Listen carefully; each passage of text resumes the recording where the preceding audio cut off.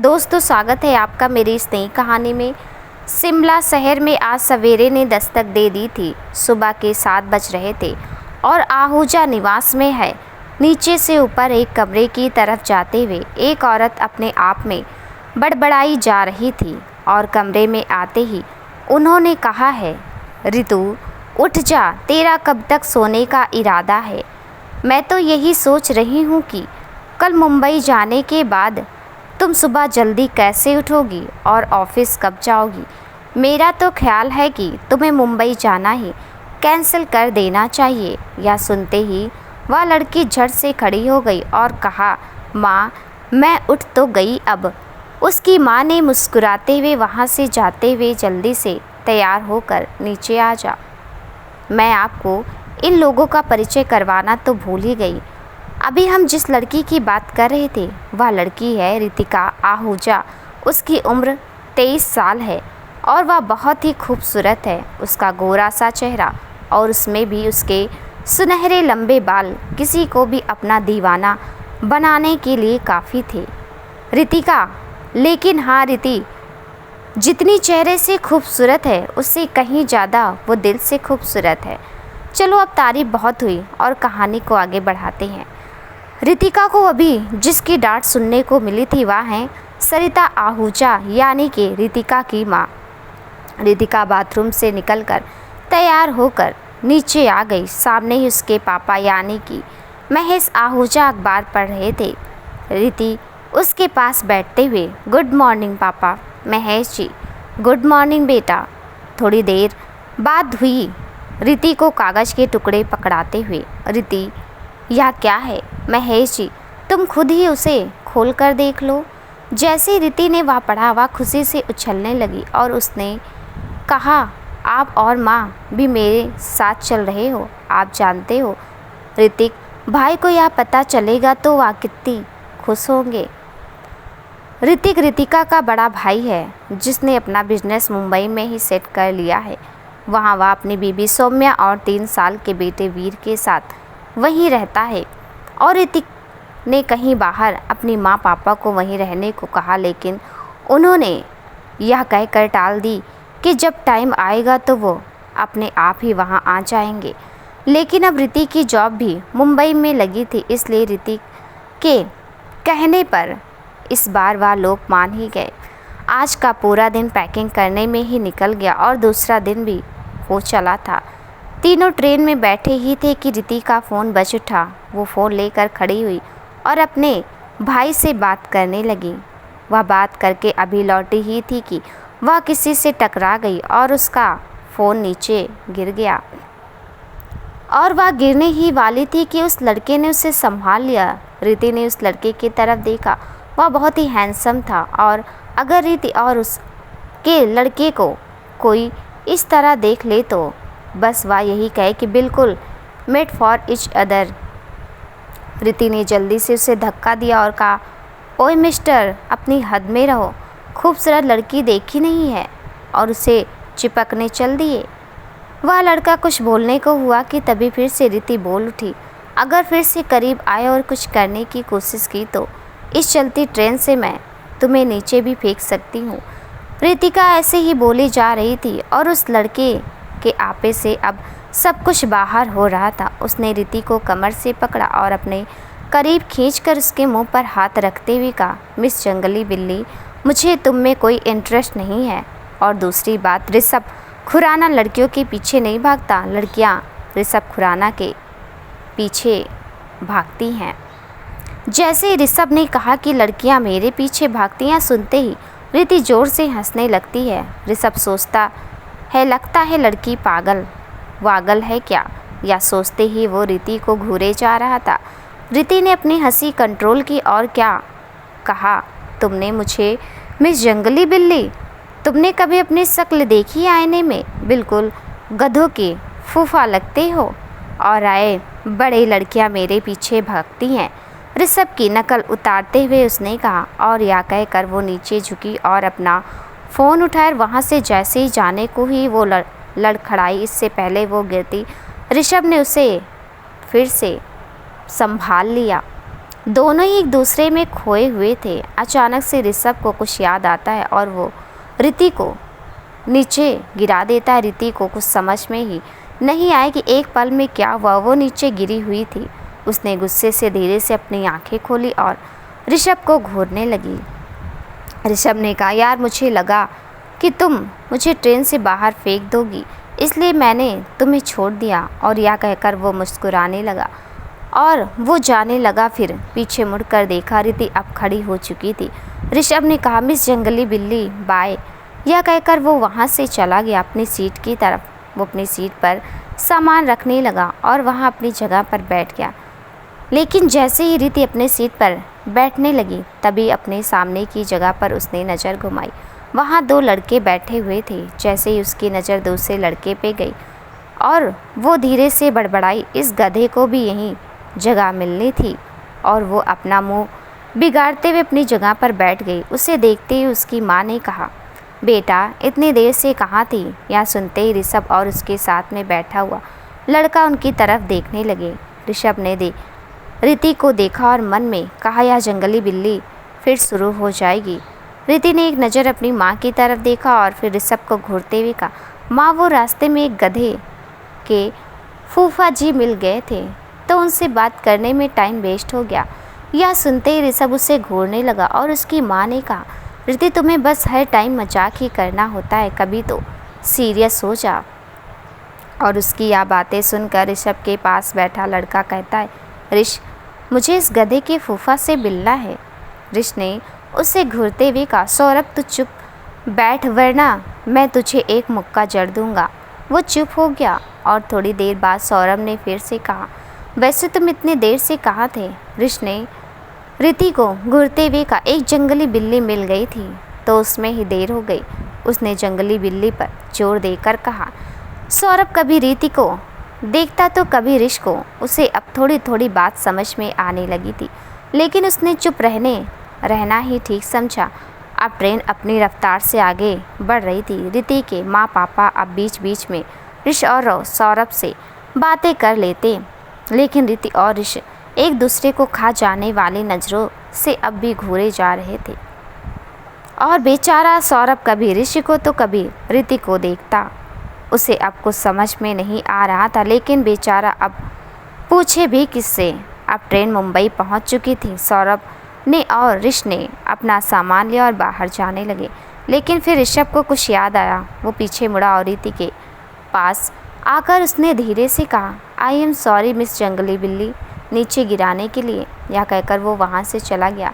रीति अभी भी उसे जाता हुआ देख रही थी और फिर उसने मन में कहा, इतना भी बुरा नहीं है। लेकिन फिर उसे अचानक से याद आया कि वो अब भी उसे जंगली बिल्ली बोलकर गया था।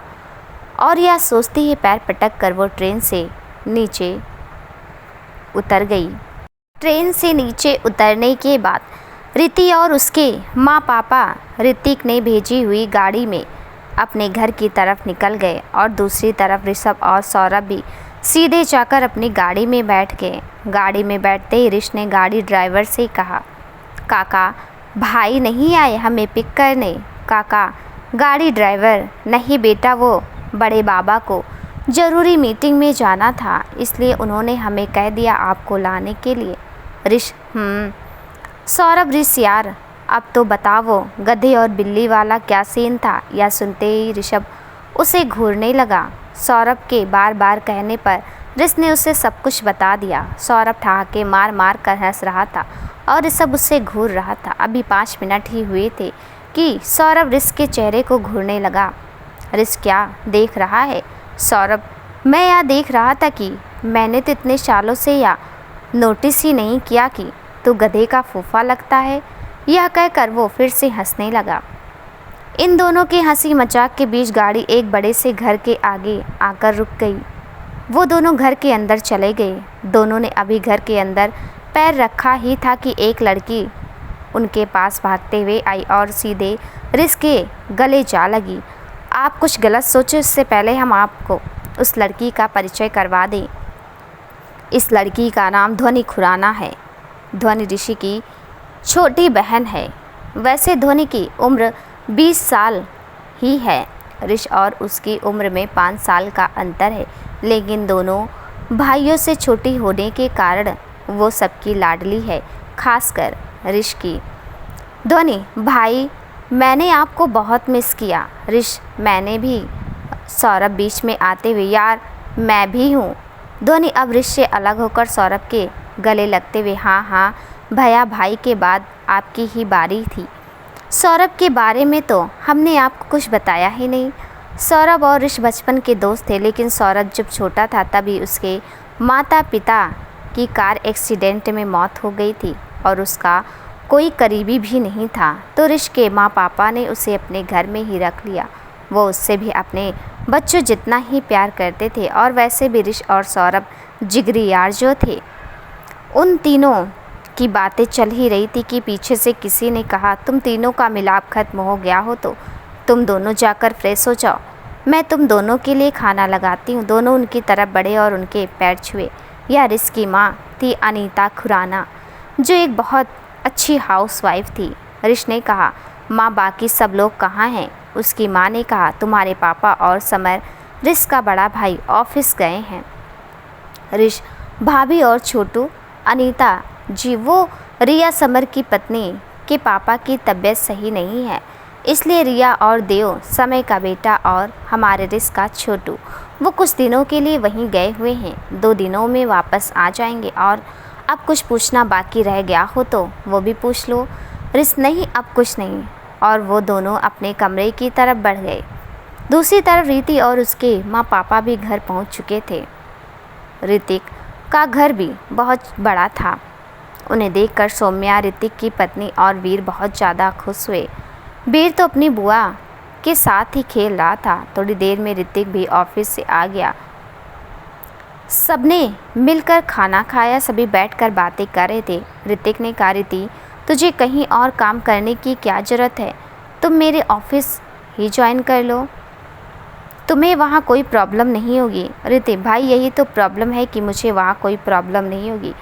मुझे पता है, वहाँ जाते ही सब ऐसे ट्रीट करते हैं जैसे मैं कोई भगवान हूँ। 2-2 मिनट पे कौन चाय पानी का पूछता है। ऋतिक, हाँ मेरी माँ, मैं समझ गया। अब जल्दी से जाकर सो जा, कल से तुझे ऑफिस पे भी जाना है। ऋतिक कुछ सोचते हुए, भाई मुझे अभी तक एक बात समझ में नहीं आई कि इतनी बड़ी कंपनी में से मुझे जॉब की ऑफ़र कैसे मिल गई, और वो भी बिना इंटरव्यू के सीधा काम पर। उसने ऋतिक के ऊपर शक भरी नज़रों से देखते हुए कहा। ऋतिक हड़बड़ाकर, तू ऐसे क्यों देख रही है?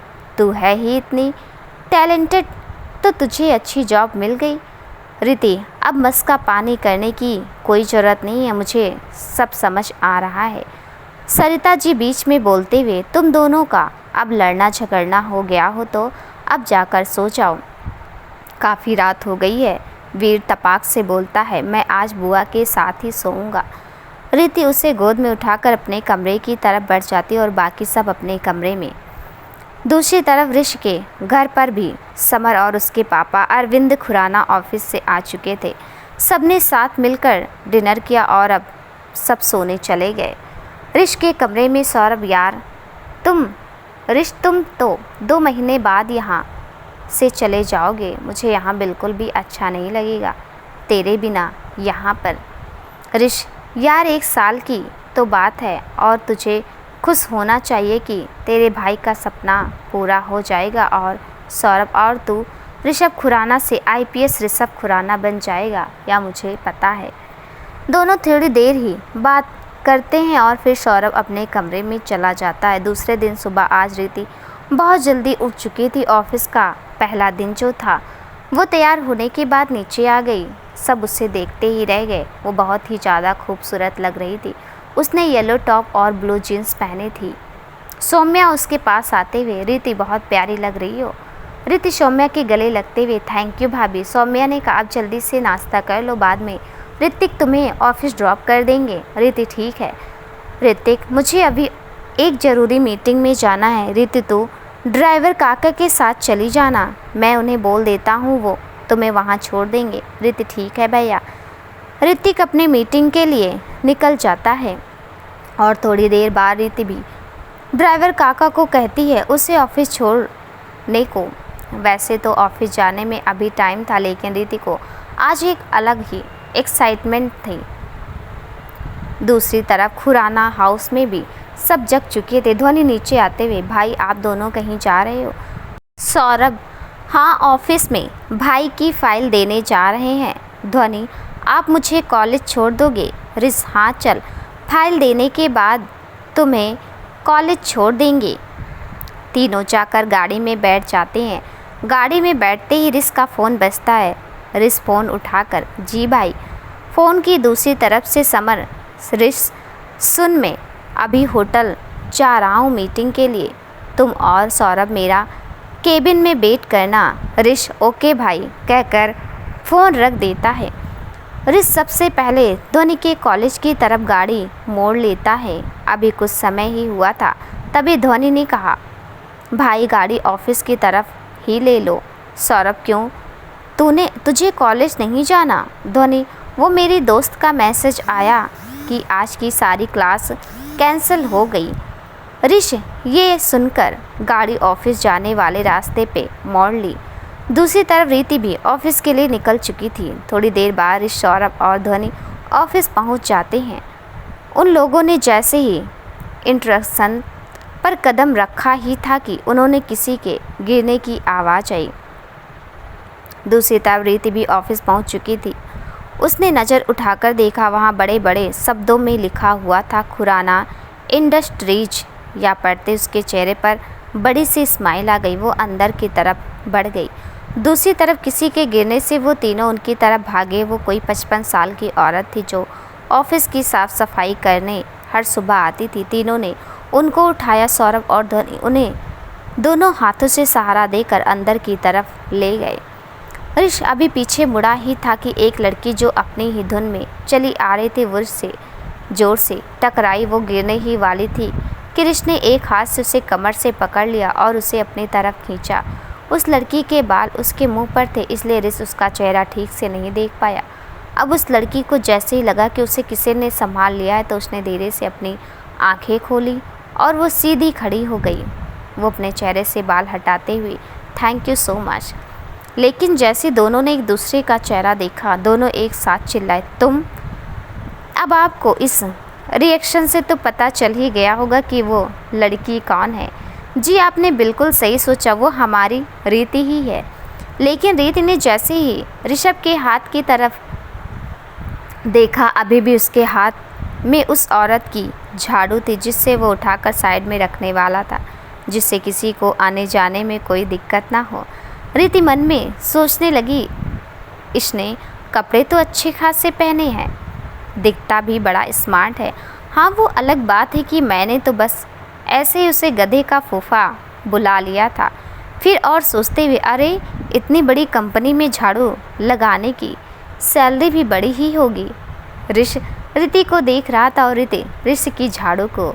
ऋष उसकी नज़र का पीछा करते हुए जैसे ही उसने अपनी आंखें अपने तरफ हाथ की तरफ घुमाई और उसने तुरंत ही अपने हाथों से झाड़ू नीचे फेंक दी।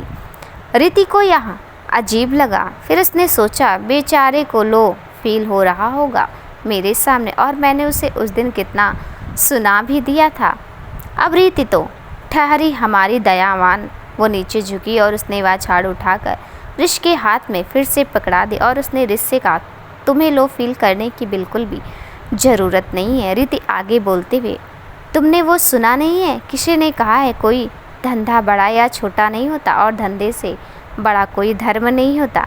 शाहरुख खान की मूवी का डायलॉग चिपकाते हुए ऋष को अब मज़ा आ रहा था रीति की बातों में। उसने वो झाड़ू फिर से नीचे फेंक दी और कहा, ऋष वो किसी ने नहीं, अम्मा जान ने कहा था। रीति, हाँ तो जिसने भी कहा हो तो सही है ना। तभी ध्वनि आते हुए, भाई आप यहाँ क्या कर रहे हो? वो झाड़ू वाली आंटी भी अब ठीक है। रीति को अब सब कुछ समझ में आ रहा था। उसने धीरे से कहा, बेटा रीति, हो गया तेरा बेड़ा पार। यार इतना तो सोच सकती थी कि उस दिन कितनी बड़ी बड़ी फेंक रहा था तो वो कचरा तो उठाता नहीं होगा।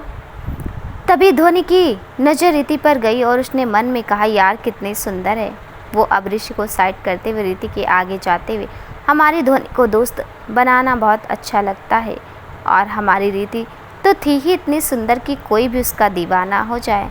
ध्वनि, हाय आई एम ध्वनि। रीति ने भी थोड़ी सी स्माइल देकर हाथ आगे बढ़ाते हुए, रीति, hello I am Ritika Ahuja. ध्वनि, आप बहुत खूबसूरत हो। रीति, थैंक यू। तभी सौरभ की आवाज़ आई, यार तुम दोनों कहाँ रह गए, अब जल्दी चलो। तभी ध्वनि ऋष का हाथ पकड़कर रीति से, मैं आपसे बाद में मिलती हूँ, यह कहकर ऋष को खींचते हुए, भाई आप जल्दी चलो। रीति भी आगे बढ़ते, यार इसकी बहन कितनी प्यारी और क्यूट है, और दूसरी तरफ यह अकड़ू, यह कहकर वो ऑफिस के अंदर चल दी।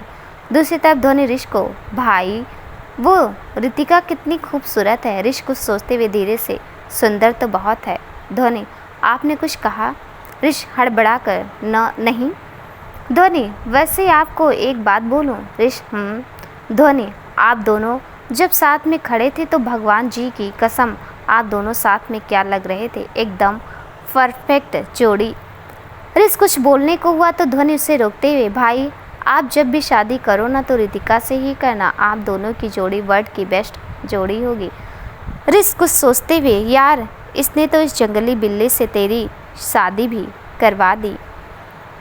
ऋष, ध्वनि और सौरभ समर के ऑफिस में जाकर बैठ गए। थोड़ी देर बाद समर ऑफिस में आता है।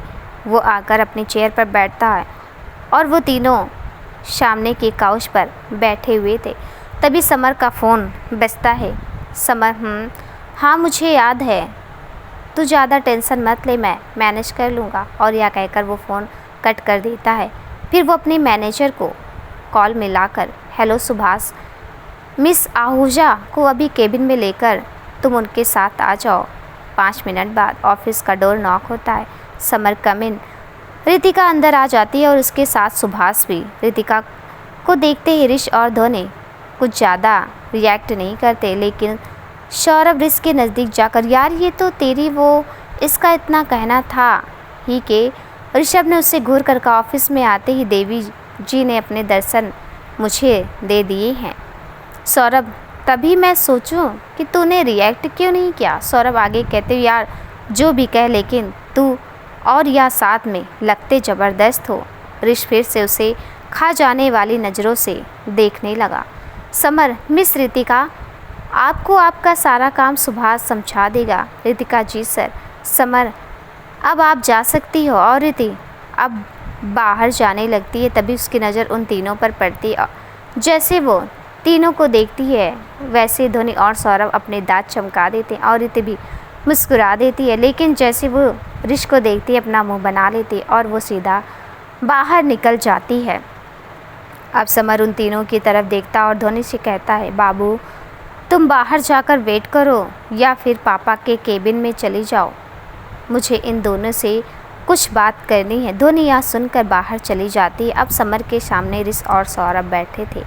समर ने बोलना शुरू किया, मैं कोई अब घुमा फिरा कर बात नहीं करने वाला, इसलिए तुम दोनों ध्यान से सुनना। मॉम डैड चाहते हैं कि तुम दोनों शादी कर लो। अगर तुम दोनों को कोई पसंद है तो तुम बता सकते हो इन्हें। ऋष, लेकिन भाई अभी शादी। तभी समर ने कहा, ऋष तुम सही हो, लेकिन वो भी तो गलत नहीं है ना। वो बस इतना चाहते हैं कि उनके बच्चे अपनी ज़िंदगी में सेट हो जाएं। वो हम चारों को खुश देखना चाहते हैं। ऋष और सौरभ, हम समझ रहे हैं भाई आप क्या कह रहे हो। समर, आप समझ रहे हो तो यह भी बता दो कि कोई पसंद है तुम दोनों को। ऋष, नहीं भाई, आप और माँ पापा जिसे पसंद करें उससे मैं शादी करने के लिए तैयार हूँ, लेकिन भाई आपको पता है ना कि। समर बीच में ही, हाँ मैं जानता हूँ कि तुझे 2 महीने बाद 1 साल के लिए दिल्ली जाना है, तुम उसकी टेंशन ना लो, मैं वो सब मैनेज कर दूँगा। समर और सौरभ, समर अब सौरभ की तरफ देखते हुए, तुझे कोई लड़की पसंद है। सौरभ अटकते हुए, भाई वो। समर, आगे तो कुछ बोल। सौरभ, भाई उसका नाम अनन्या है, हम कॉलेज से ही साथ हैं और उसके फैमिली में भी सबको मेरे बारे में पता है। वो एक ही सांस में सब कुछ बोल गया। ऋष और समर उसे आंखें फाड़ कर देख रहे थे। समर ने फिर कहा, बेटा सब कुछ सेट करके ही बैठे हो।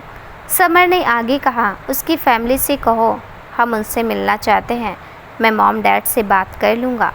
दूसरी तरफ ध्वनि समर के केबिन से जैसे ही बाहर निकलती है उसे रीति दिख जाती है। वो उसके पास जाकर हेलो। रीति भी उसे देखकर मुस्कुराकर, तुम भी यहाँ जॉब करती हो? ध्वनि, नहीं, ये हमारा ऑफिस है। मैंने आपको अपना पूरा नाम नहीं बताया था। मैं ध्वनि खुराना, समर खुराना की छोटी बहन। ओह सॉरी, मुझे पता नहीं था। और वो दोनों? ध्वनि, वो ऋषभ भाई और सौरभ भाई हैं। दोनों ने ऐसे काफ़ी देर बातें की। ध्वनि ने रीति से उसका नंबर मांगा तो रितिका ने बिना झिझक से उसे अपना नंबर दे दिया और उसने ध्वनि का नंबर ले लिया।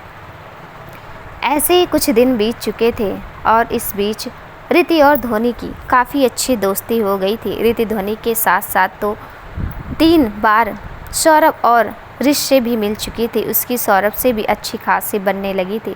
ऋष के घर पर उसकी भाभी और छोटे भी वापस आ गए थे और कुछ देर बाद वहाँ अनन्या के साथ उसकी फैमिली भी आ गई और सबने मिलकर 2 दिन बाद सगाई की डेट फिक्स की। अनीता जी, सौरभ बेटा जाओ अनन्या को पूरा घर दिखा दो। सौरभ, जी माँ। कुछ देर बाद दोनों एक कमरे में बैठे हुए थे। सौरभ अनन्या के कदमों में बैठते हुए, मैं तुमसे कुछ मांगूँ तो तुम वो दोगी मुझे? अनन्या, मेरा सब कुछ अब तुम्हारा ही तो है। सौरभ, तुमने इस फैमिली को देखा ना, नीचे या मेरी फैमिली है। उन लोगों ने कभी भी मुझ में और ऋष में फ़र्क नहीं किया। तो तभी अनन्या सौरभ से, यह हमारी फैमिली है सौरभ, और यहाँ सब बहुत अच्छे हैं। सौरभ ने अब अनन्या को गले लगा लिया। तभी ध्वनि बाहर से चिल्लाते हुए, भी शादी नहीं हुई है, आप दोनों जल्दी चलो नीचे।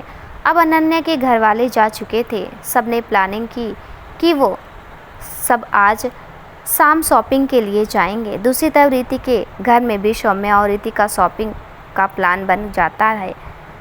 शाम को ऋष, सौरभ, ध्वनि, रिया और समर शॉपिंग के लिए निकलते हैं और रीति के घर पर से रीति, सौरभ और ऋतिक मॉल के लिए निकलते हैं। सब लोग अब मॉल पहुंच चुके थे।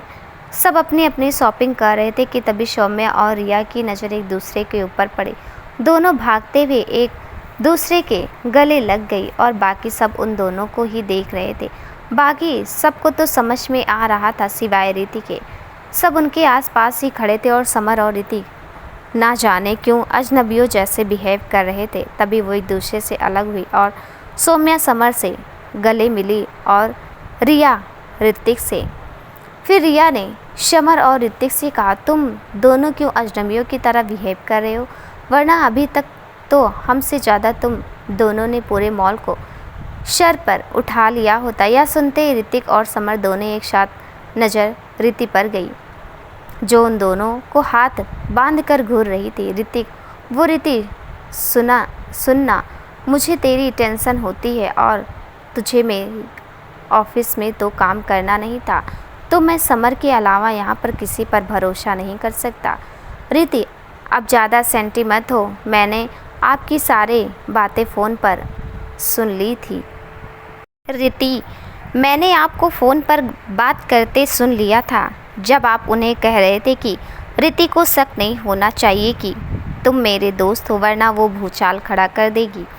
रीति यह सब कुछ अपनी आंखें छोटी करके बोल रही थी। ऋतिक, अरे बाबा सॉरी तो बोल रहा हूँ ना, अब बिल्ली की तरह घूरना बंद कर दे मेरी माँ। ऋष ने अभी ही अपने मुंह में पानी डाला था कि ऋष ऋतिक की यह बात सुनकर ज़ोर ज़ोर से खांसने लगा। रिया उसके पास जाते हुए ऋष आराम से और रीति बस उसे खा जाने वाली नज़रों से देख रही थी। ऋष, भाभी मैं ठीक हूँ। सौरभ ऋष के कान के पास आकर, भाई आराम से, वैसे तेरी बिल्ली उसके भाई को भी बिल्ली ही लगती है। ऋष, सौरभ तो एक दिन सच में पिट जाएगा। वैसे ऋष को या मेरी शब्द सुनकर कहीं ना कहीं बहुत अच्छा लगता है। ऋतिक, अब रीति से तुझे सब पता चल ही गया है, तो सबसे मैं तुझे इंट्रोड्यूस करवा देता हूँ। वो समर और रिया की तरफ इशारा करते हुए, यह समर और रिया है। मैं, समर, रिया और सौम्या चारों कॉलेज से ही बेस्ट फ्रेंड हैं। रीति आगे बढ़ते हुए, हेलो सर। समर, सर नहीं भैया। रीति, सॉरी, अब से भैया। Summer, good girl.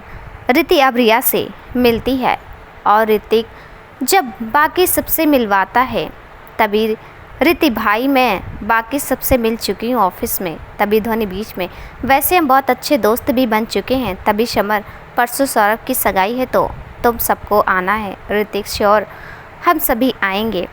तभी रिया, आप सब शॉपिंग कर लो, तुम सबको जो भी लेना है। हम चारों को आज बहुत वक्त बाद साथ में टाइम मिला है। तभी सौम्या बीच में, रिति हमारे साथ जाएगी। रिति, अरे भाभी आप जाओ, मैं शॉपिंग करने के बाद घर चली जाऊंगी। ऋतिक, नहीं तुम मेरे साथ ही जाओगी। ध्वनि, अरे भाई आप टेंशन मत लो, हम शॉपिंग करने के बाद हम रिति को घर ड्रॉप कर देंगे। रिति, हाँ भाई, या मुझे घर छोड़ देंगे। Hrithik, are you sure? Riti, ji भाई। और वो रिति को अपना कार्ड देता है और वो चारों मॉल से बाहर निकल जाते हैं। और अब रिति, ध्वनि, सौरभ और ऋषभ शॉपिंग करने लगते हैं। ध्वनि और सौरभ आगे चल रहे थे और ऋष और रिति उनके पीछे। ऋष, तुमने कभी बताया नहीं कि तुम ऋतिक भाई की बहन हो। ऋषि, रिति, कभी ज़रूरत ही नहीं पड़ी बताने की। वो दोनों अब आगे बढ़ने लगे। तभी ऋष की नज़र एक लड़के पर पड़ी, फिर वो आगे बढ़ने लगा। सबसे पहले वो लोग लड़कों के कपड़े वाले हिस्से में चले गए। सौरभ ने तो अपने लिए बहुत अच्छे जल्दी से कपड़े खरीद लिए, लेकिन ऋषभ पिछले आधे घंटे से या नहीं वो नहीं कर रहा था। और तो सौरभ और ध्वनि भी उससे तंग आ चुके थे।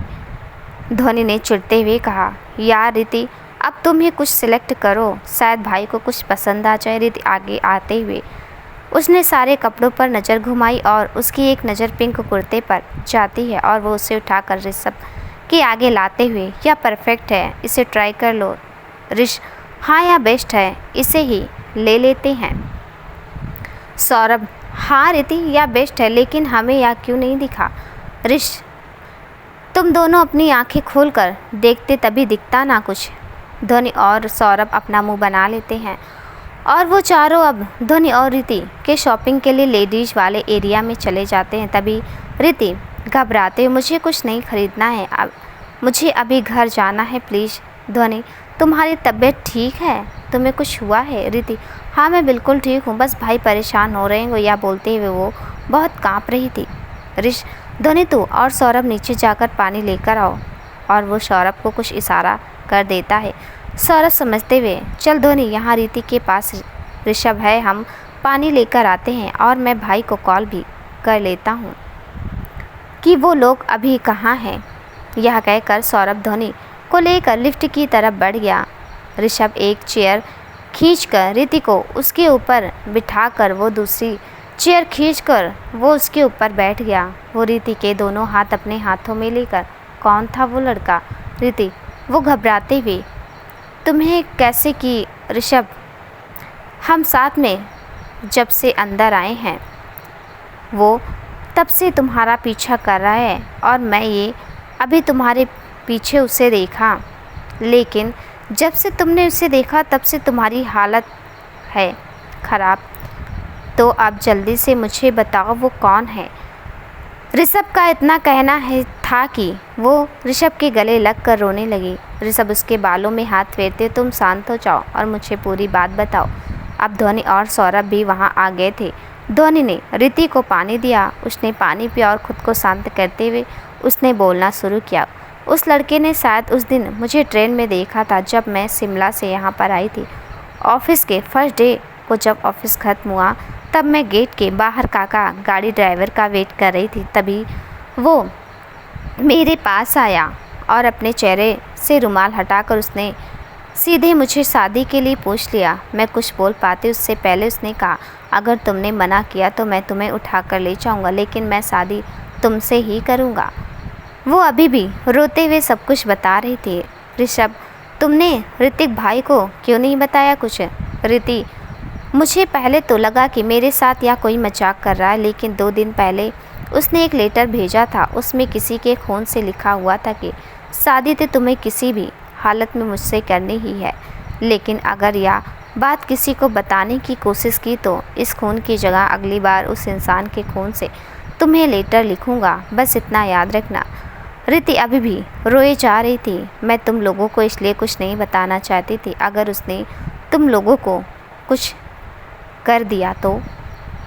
ऋषभ, रीति तुम देखो मेरे सामने, तुम जानती हो इसमें तुम्हारी क्या गलती है कि तुम उससे डर रही हो। तुम जितना उससे डरोगे उतना उसको बढ़ावा मिलता रहेगा। आज उस जगह पर तुम हो, कल कोई और होगा, लेकिन हमें कुछ ऐसा करना चाहिए जिससे आज जिस चीज़ का सामना तुम कर रही हो उसका सामना किसी और लड़की को ना करना पड़े। ऋषभ अपनी बात आगे कहते हुए, तुम समझ रही हो ना कि मैं तुमसे क्या कह रहा हूँ? रीति, मुझे क्या करना होगा? ऋषभ माहौल को थोड़ा हल्का करने के लिए मजाक करते हुए, अपना जंगली बिल्ली वाला मोड ऑन कर दो। रीति उसे गुस्से से देखते हुए, ऋषभ मेरा मतलब है तुम्हें डरना नहीं है, बस उसे आज डराना है, समझी? रीति अपना सिर हाँ में हिला देती है। ऋषभ चलो तो अब सुने कि तुम्हें क्या करना है। सौरभ और ध्वनि भी उसके करीब आ गए। ऋषि ने उन तीनों को कुछ समझाया। ऋषभ की बातें सुनकर तीनों के चेहरे पर एक बड़ी सी स्माइल आ गई। अब चारों लेडीज वाले एरिया में आ गए। वो लड़का अभी भी रीति के पीछे ही था। ध्वनि, ऋषभ और सौरभ दूसरी तरफ चले गए। रीति अब अकेली थी। वो लड़का रीति के पास आया। उसने पीछे से रीति के कमर पर हाथ रख दिया। रीति हड़बड़ा गई, लेकिन तभी उसकी नज़र ऋषभ के ऊपर पड़ी जो उसे शांत रहने का इशारा कर रहा था। रीति शांत हुई और उस लड़के का हाथ अपनी कमर से हटाकर अपनी कोहनी उसके पेट पर जोर से जमा दी। वो दर्द से तिलमिला उठा, लेकिन वो जैसे ही फिर से खड़ा होने लगा तभी रीति ने अपना पैर जोर से उसके पैर पर दे मारा और वो ज़मीन पर गिर पड़ा। अब ऋषभ ने, ध्वनि और सौरभ भी उसके पास आ गए। रीति उस लड़के के पास जाकर नीचे बैठी और उसका कॉलर पकड़कर कहा, अगर आज के बाद मेरे आसपास भी नज़र आए तो तुम्हारे दोनों हाथ पैर तोड़कर अपनी शादी की अग्निकुंड उसी से जलाऊंगी, समझ में आया? लड़का घबराते हुए हाँ में सिर हिला देता है। ऋषभ उसके करीब आकर, अच्छा हुआ समझ गए, वरना आगे तुम्हें पुलिस ही सब कुछ समझाती। वो लड़का वहाँ से उठकर भाग गया। रीति ऋषभ के करीब जाकर उसे गले लगाते हुए, थैंक यू सो मच। तभी ध्वनि ने कहा, हम भी हैं वैसे यहाँ। रीति ऋषभ से अलग हुई और वो ध्वनि और सौरभ के गले लग गई। सौरभ, वैसे रीति तुम्हें ऋषभ ने बिल्ली बनने को कहा था, शेरनी ने, या कहकर वो हंसने लगा और रीति ने उसे एक मुक्का जमा दिया। ध्वनि, चलो अब जल्दी से शॉपिंग कर लेते हैं। और वो चारों शॉपिंग करने लगते हैं। रीति ने पिंक कलर का सलवार सूट खरीद लिया और ध्वनि ने भी अपनी शॉपिंग कर ली। अब वो घर जाने के लिए निकल रहे थे। ध्वनि और सौरभ आगे चल रहे थे और ऋषि और रीति पीछे। रीति, वैसे हम फ्रेंड्स बन सकते हैं। ऋषभ, तो अभी तक मैं तुम्हारा दोस्त नहीं था। रीति, नहीं, लेकिन अब बन सकते हैं। ऋषभ अपना आगे बढ़ाते हुए, फ्रेंड्स। रीति ने भी मुस्कुराकर अपना हाथ आगे बढ़ा दिया। दोनों ऐसी बातें कर रहे थे तभी रीति, सौरभ शादी कर रहा है और तुम्हें नहीं करनी शादी? सौरभ, घर वाले ढूंढ रहे हैं लड़की। रीति आंखें बड़ी करते हुए, तुम्हारी कोई गर्लफ्रेंड नहीं है? ऋषभ, मुझे जैसी लड़की चाहिए वैसी अभी तक मिली ही नहीं थी। रीति, मिली नहीं थी मतलब अब मिल गई? ऋषभ, शायद। रीति, क्या नाम है उसका और कैसी दिखती है? ऋषभ, आज ही सब कुछ तुम्हें जानना है। और उसने आगे कहा, हाँ, लेकिन वो बहुत खूबसूरत है, मैं कभी मिलवाऊंगा उससे तुम्हें। रीति ने सिर्फ हाँ में अपना सिर हिला दिया। उसे बिल्कुल भी अच्छा नहीं लग रहा था कि ऋषभ ने किसी लड़की की तारीफ़ की। उसे नहीं पता कि उसे ऐसे फीलिंग्स क्यों आ रही थी। वो चारों अब गाड़ी में बैठ गए और सबसे पहले उन्होंने रीति को उसके घर ड्रॉप किया और वो तीनों अपने घर चले गए। रात को रीति अपनी डायरी लेकर उसमें कुछ लिखने लगी। दूसरा दिन भी ऐसे ही काम में बीत गया और आज सौरभ की सगाई वाला दिन था। सौरभ के घर में मेहमान आने शुरू हो गए थे। ऋषभ ने आज वही पिंक कलर का कुर्ता पहना हुआ था और सगाई में आने वाली हर लड़की की नज़र जाकर हमारे ऋषभ पर ही अटक जाती, लेकिन उसकी नज़र तो किसी और को ही ढूंढने में लगी थी। अब बातें करें सौरभ की तो उसने गहरे नीले कलर की शेरवानी पहनी हुई थी और आज सगाई होने की खुशी उसमें भी। जिसके साथ पूरी ज़िंदगी बिताने के सपने देखे, उसी लड़की के साथ सगाई होने की खुशी उसके चेहरे पर साफ साफ झलक रही थी। थोड़ी देर बाद अनन्या और उसकी फैमिली भी आ गई। अनन्या आज बहुत खूबसूरत लग रही थी और सौरभ की तो नज़रें ही उस पर से हटने का नाम ही नहीं ले रही थी। अब ऋतिक और उसकी फैमिली भी वहाँ आ गई थी। सौरभ ने अनन्या को रीति से मिलवाया।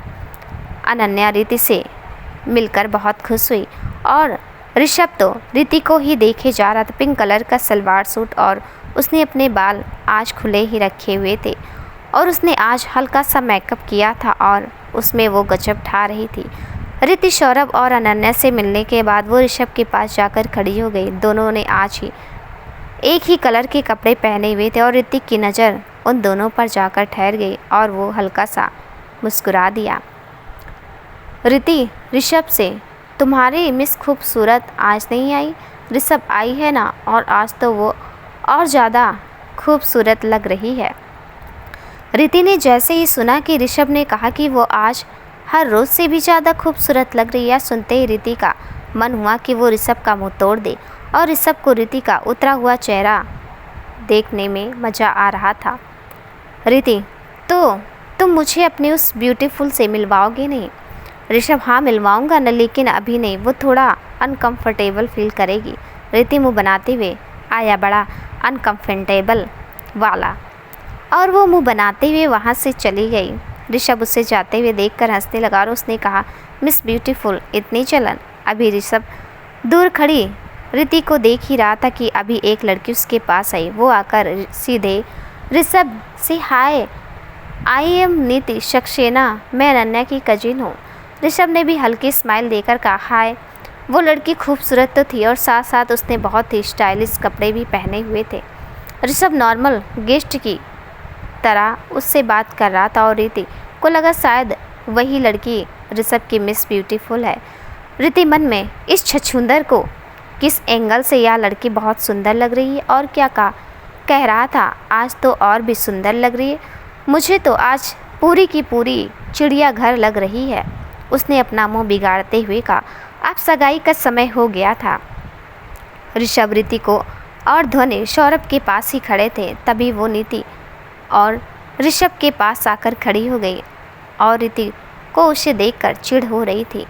अब अनन्या और सौरभ ने एक दूसरे को रिंग पहना दी। अब फाइनली उसकी सगाई हो चुकी थी। सभी ने बारी बारी दोनों को कांग्रेचुलेट किया। अब धीरे धीरे वहाँ से एक एक कर मेहमान भी जाने लगे। सिर्फ करीबी लोग ही बचे हुए थे वहाँ, उसमें अनन्या की फैमिली और रीति की फैमिली थे। सभी बैठकर बातें कर रहे थे। तभी अनन्या के पापा ऋषभ से, जो सौरभ से बात करने में बिजी था, आपके दोस्त ने तो कर ली सगाई, अब ऋषभ बेटा आप कब कर रहे हो सगाई? यह सुनते रीति के साथ साथ सभी की नज़र ऋषभ पर चली गई। ऋषभ कुछ बोलता उससे पहले ऋषभ के पापा ने कहा, आपकी नज़र में कोई लड़की हो तो बताइएगा जो ऋषभ और हमारे घर को संभाल सके।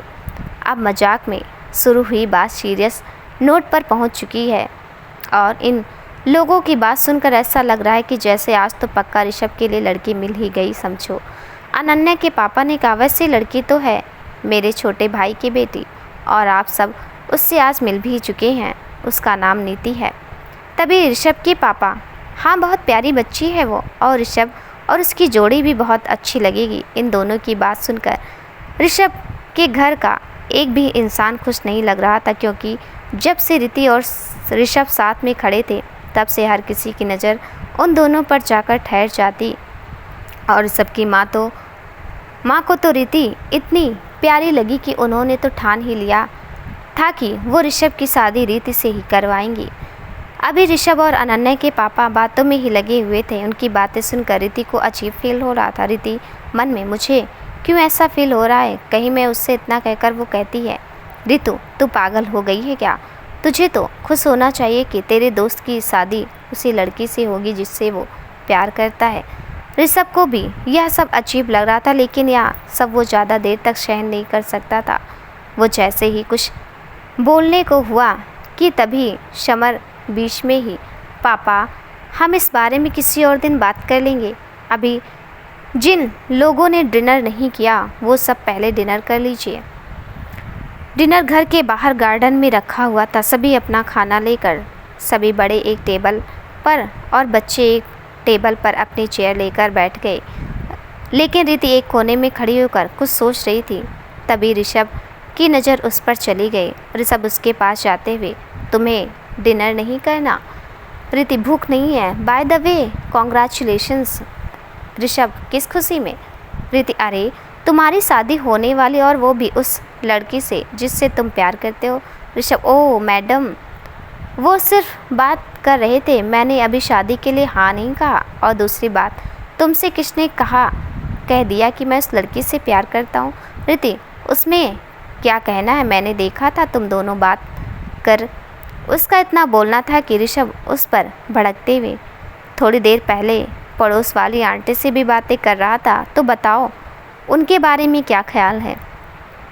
रिति यह बात सुनकर जोर जोर से हंसने लगी और कहा, उनकी और तुम्हारी जोड़ी बेस्ट लगेगी। रिति ने शांत होकर जैसे ऋषभ को देखा वो गुस्से से उसे घूर रहा था। रिति, सॉरी, मुझे सच में ऐसा लगा था। ऋषभ, कोई बात नहीं, अब चलो जल्दी खाना खाने। रिति, लेकिन मुझे सच में भूख नहीं है। रितिका ऋषभ से, मुझे भूख नहीं है। ऋषभ उसका हाथ पकड़कर चुपचाप चलो दोनों टेबल के पास आ गए।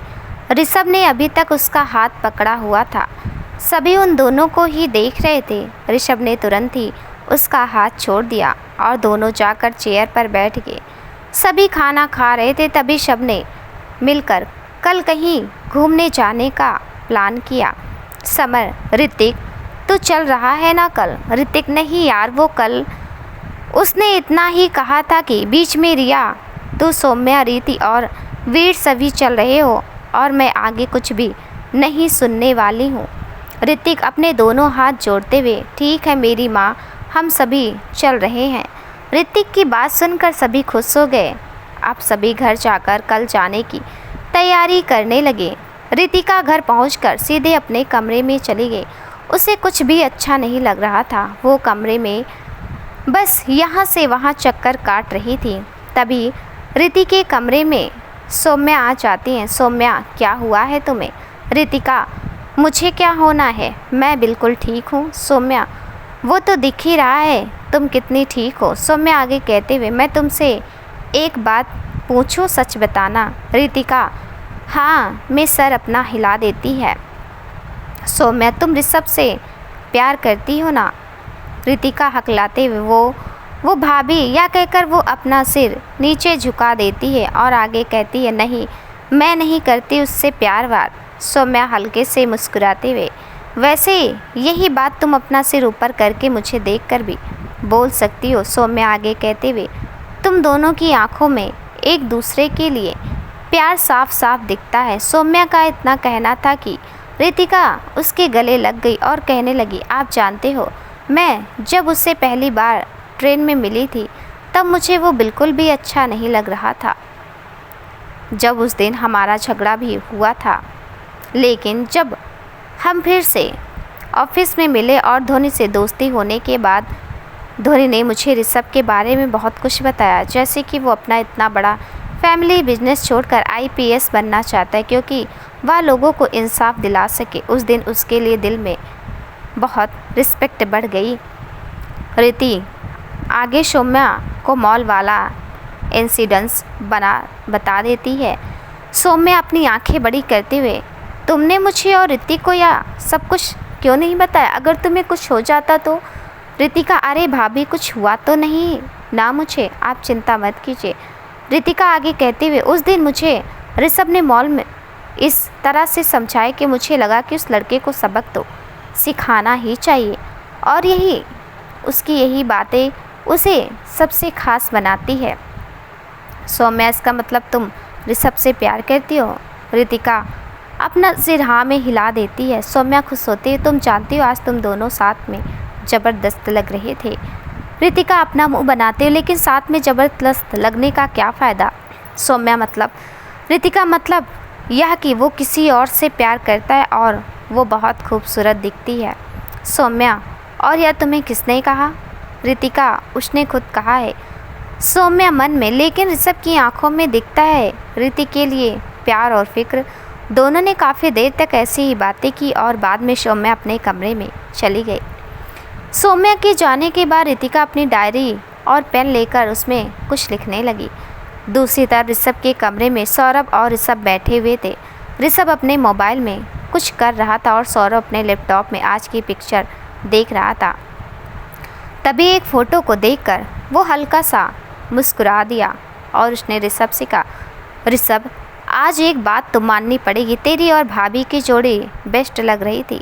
सौरभ का इतना बोलना था कि ऋषभ को लगा कि वो भी रितिका की तरह उसकी और नीति की बात कर रहा है और ऋषभ ने बोलना स्टार्ट किया, किसी की भाभी और कैसी भाभी, सबने दिमाग ख़राब कर दिया है।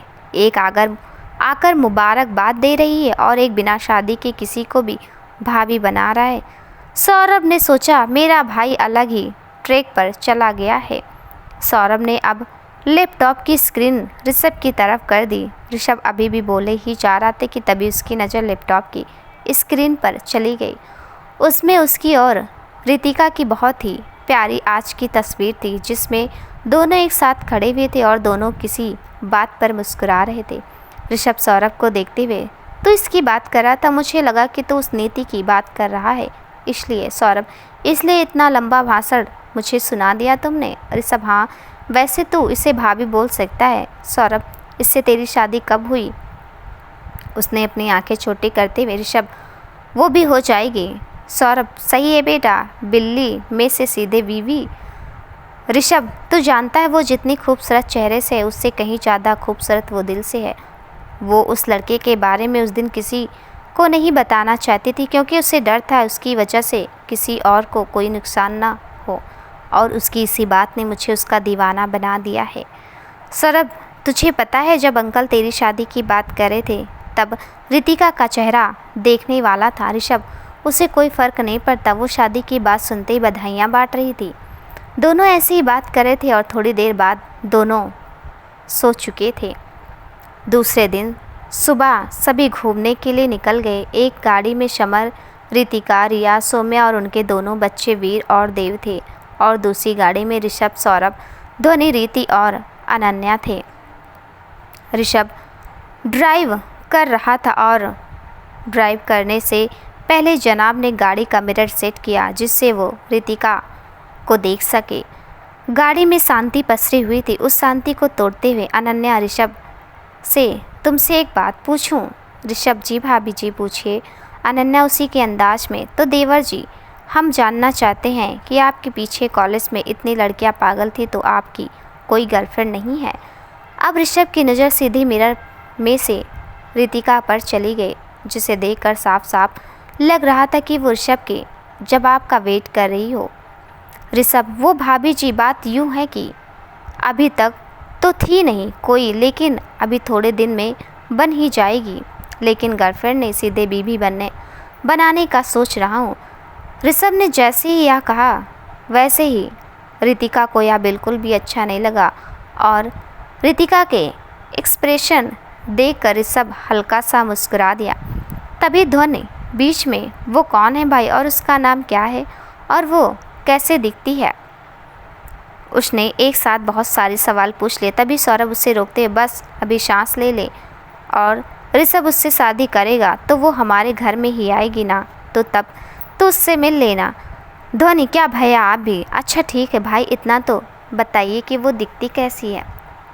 ऋषभ, वो बहुत खूबसूरत है और वो जितनी शक्ल से खूबसूरत है उससे कहीं ज़्यादा खूबसूरत वो दिल से है, और वो चाहे कितनी भी तकलीफ़ में क्यों हो, उसे अपने से ज़्यादा दूसरों की फिक्र रहती है। तभी बीच में ध्वनि, वो रितिका जितनी खूबसूरत है या सौरभ ही? या सुनते ही सौरभ जो अभी पानी पी रहा था वो ज़ोर ज़ोर से खांसने लगा। अनन्या, क्या कर रहे हो? आराम से पानी पीना चाहिए ना। सौरभ, मैं ठीक हूँ, या कहकर उसने ऋषभ की तरफ देखा। ऋषभ भी गाड़ी चलाते उसकी तरफ एक पल मुंह घुमाकर उसे घूरता है। सौरभ, वैसे तूने ध्वनि के सवाल का अभी तक जवाब नहीं दिया। ऋषभ, क्या? सौरभ, यही कि वो रितिका जितनी खूबसूरत है या उससे भी खूबसूरत? ऋषभ मन में, बेटा आज तो तू पिटने वाला है। ध्वनि, भाई बोलो ना। ऋषभ, हाँ वो बहुत खूबसूरत है। रितिका मन में, इसका मतलब कि वो मुझसे भी खूबसूरत है। फिर वो अपने आप से ही, रितिका तुझे तो खुश होना चाहिए कि उसे इतनी अच्छी लड़की जो मिली है। थोड़ी देर बाद दोनों गाड़ियाँ एक जगह पर आकर रुकती हैं और वो सभी गाड़ी से उतर गए। सभी ऋषभ और सौरभ के पीछे चल रहे थे, क्योंकि इस जगह सबको वो दोनों ही लेकर आए थे। थोड़ा चलने के बाद वो सभी एक पहाड़ी पर थे। वहाँ आसपास सिर्फ हरियाली और एक अलग सुकून था, और उसी पहाड़ी के सामने एक बहुत ही सुंदर गार्डन था। सभी उस गार्डन में जाकर वहीं नीचे बैठ गए। देव और वीर भी वहीं खेल रहे थे। सौम्या वीर और देव से, बेटा यही खेलना, आगे मत जाना। वीर, ठीक है मम्मा। ध्वनि रीति और अनन्या से भी, चलो बैडमिंटन खेलते हैं। अनन्या, लेकिन अभी वो सामान गाड़ी में ही है। ध्वनि, रितिका तुम ऋषभ भाई के साथ जाकर वो सारा सामान गाड़ी में से लेकर आओ। रितिका अपना मुंह बनाते हुए, ठीक है जाती हूँ। रितिका ऋषभ के पास जाकर वो गाड़ी में से सामान निकालना है, तुम चलो मेरे साथ। ऋषभ चलो। रितिका आगे चली जा रही थी और ऋषभ उसके पीछे। रितिका ने आज ब्लैक पैंट और वाइट टी शर्ट पहनी हुई थी, और साथ में उसने अपने लंबे बालों की पोनी टेल बनाई हुई थी, और उसके बाल कमर से भी बहुत नीचे तक आ रहे थे। ऋषभ और रितिका अब साथ में ही चल रहे थे कि तभी अचानक रितिका का पैर मुड़ा और वो जैसे ही गिरने वाली थी। ऋषभ ने उसे संभाल लिया। वो एक दूसरे की आंखों में खोए हुए थे कि अचानक रितिका को कुछ याद आया और वो सौरभ से दूर हो गई। रितिका अपने आप को सही करते हुए ऋषभ से, थैंक यू। ऋषभ उसका ऐसे बात करने का तरीका देख रितिका से, तुम्हें कुछ हुआ है? मतलब तुम ऐसे क्यों बिहेव कर रही हो? रितिका बिना उसकी तरफ देखे, मुझे क्या होना है, तुम ज़्यादा सोच रहे हो। और इतना कहकर वो गाड़ी के पास चली जाती है। ऋषभ गाड़ी को अनलॉक करता है और वो दोनों अंदर से सामान निकाल कर फिर से सबके पास चले जाते हैं। ऋषभ अपने आप से, यार तू क्या करता रहता है, और मेरी इन हरकतों की वजह से तेरी उससे दोस्ती भी नहीं टूट जाए। और उसकी नज़र अब रितिका पर जाते, जो धनी के साथ बैडमिंटन खेल रही थी, और उसके चेहरे पर एक बड़ी सी स्माइल थी, और यह स्माइल देखकर ऋषभ को भी सुकून मिल रहा था। सभी मिलकर अब मस्ती कर रहे थे और साथ ही पिक्चर्स भी क्लिक कर रहे थे। इस बीच किसी का भी ध्यान वीर और देव पर नहीं था। वो दोनों बोल रहे थे और वो खेल रहे थे, और वो बोल इस बार बिल्कुल पहाड़ी के किनारे पर चला गया। देव, तू रुक, मैं अभी गया और लेकर आया। अपनी तोतली भाषा में देव ने वीर से कहा, और वो यह कहकर बॉल लेने के लिए आगे बढ़ गया। वो बॉल एकदम पहाड़ी के किनारे पर था। देव धीरे धीरे आगे बढ़ रहा था और वो ऑलमोस्ट किनारे पर पहुंचने ही वाला था कि रितिका की नज़र उस पर गई और वो उसके तरफ भागी। दोस्तों, ये कहानी आपको कैसी लगी हमें ज़रूर बताइएगा। रितिका और ऋषभ के जज्बातों को बयां करने वाली ये कहानी कैसी लगी ये भी कमेंट में बताइएगा। और चैनल पर नए हैं तो चैनल को सब्सक्राइब कर दीजिएगा। मिलते हैं अगले भाग के साथ, तब तक के लिए नमस्कार।